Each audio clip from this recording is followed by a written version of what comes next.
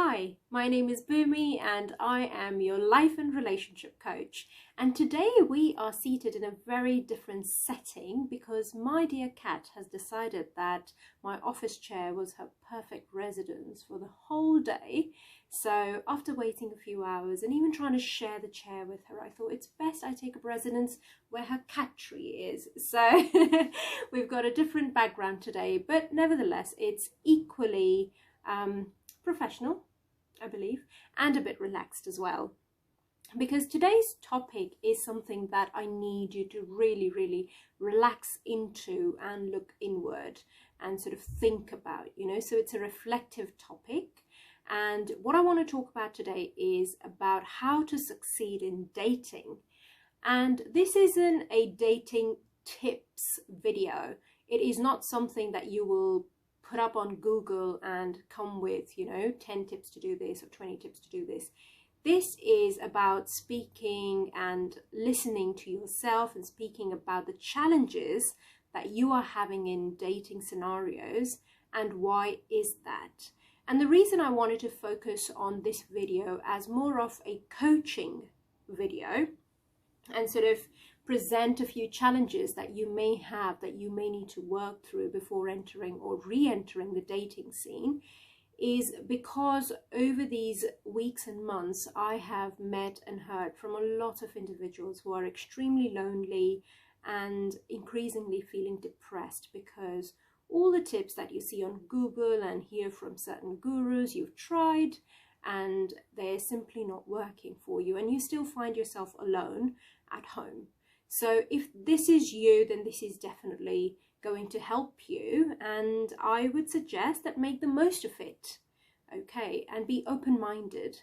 If you're new to my channel, please subscribe, and if you find this video useful, please like and share so we can help as many people as possible. That's the motive of my videos. Now let's get straight into it. So today I want us to tackle 5 challenges that I want you to reflect on and see if you can help improve your chances of having a more successful dating and relationship, building exercise.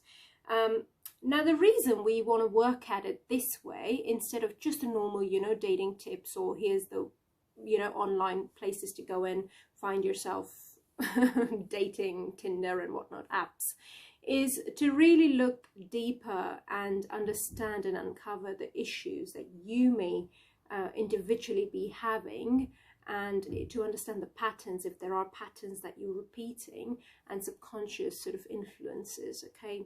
It is believed that 95% of our decisions are made by our subconscious thinking because that's literally the way our brain processes everything, is in our subconscious area, a subconscious mind.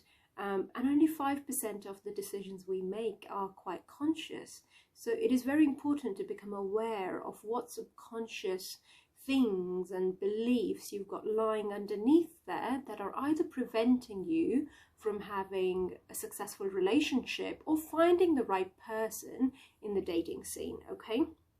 So the first challenge I ask you to face is to understand what you need versus what you want. Now, if you do see me looking down here, is because I've got some notes and I want to make sure that I stick to them, so I don't sort of ramble on too much. So, why am I asking you to look at what you want versus what you need? Is because often you go into dating blind. And by blind, I mean, if you have a list of things that you want in a partner, but if it is not realistic and if it is based out of a fantasy or out of unrealistic expectations and is not really something you need, then you're most certainly not going to find the right partner. And even if you have certain temporary success in dating, you're just not going to be hold on to that partner long term, okay? And as an example, if you're a lady who is 5'7" and you're looking for a 6-foot guy, it's really important to ask, is 6 foot what you need though? If you're 5'7", would 5'9" and above do for you, right? So it's just about trying to understand what you need more than trying to say, hey, you know what, I like this character in TV and I like this person in movies, because that's all made up, that's all fantasy. So please reflect on what you want, make a list of it, you know, that what do you seek out for when you're in those dating scenarios, and what is it that would actually make you happy. You know, what you want may be someone who has a very thriving social life, but what you actually go and do is spend a weekend hiking every month. Then you actually want someone who is more in tune with the nature and loves to walk and go on hikes and so on. So you see the difference, right? If you are just not aligned with your want and need, you are definitely setting yourself up to fail. The second challenge that I want you to look at, if this is applicable to you, is if you are being realistic in your partner's personality, or are you holding on to a fairy tale version of your partner, or of what you want. This is an extension from that, but now this is more about the personality, right? So first we were talking about challenging our perceptions and our want versus need in terms of physical appearance, but now it is more about the personality. What is it that you want as a character in the person, or what is it that you want as a personality in a person? So as an example, I love Aragorn from Lord of the Rings. I don't know if you remember his character. And over the years, what I figured out is the reason I love that character, which is fantasy, but underneath there is because he seems committed, courageous and calm. And I need someone who is committed and calm and courageous, so they can be loyal and honest with you in a relationship. So I realized that actually what I wanted was not Aragorn, that character himself, because it is a fairy tale, it's a character, made up character. But what I really wanted was the underneath sort of the character traits and the personality traits, right? Which is what I ended up with. And it makes it a lot easier when you understand what you truly want to then go and sort of dissect partners and people in a dating scenario. The third challenge that I want you to look at, please, is working on perfection. And this can mainly be a problem with, if you have been going through or have had a childhood that is quite troubled, or you've had parents that were addictive, or you had some form of, dysfunctional upbringing, or including if you had parents who held extremely high standards for you, then what you the way you brought up in your mind, you are never good enough and you have to do more and you have to do better. And you're very, very hard on yourself. You end up becoming your worst nightmare and self-sabotaging quite a lot, because you push yourself to a limit of exhaustion, and what you expect from your partner is equally similar, someone who's just constantly going to be perfect.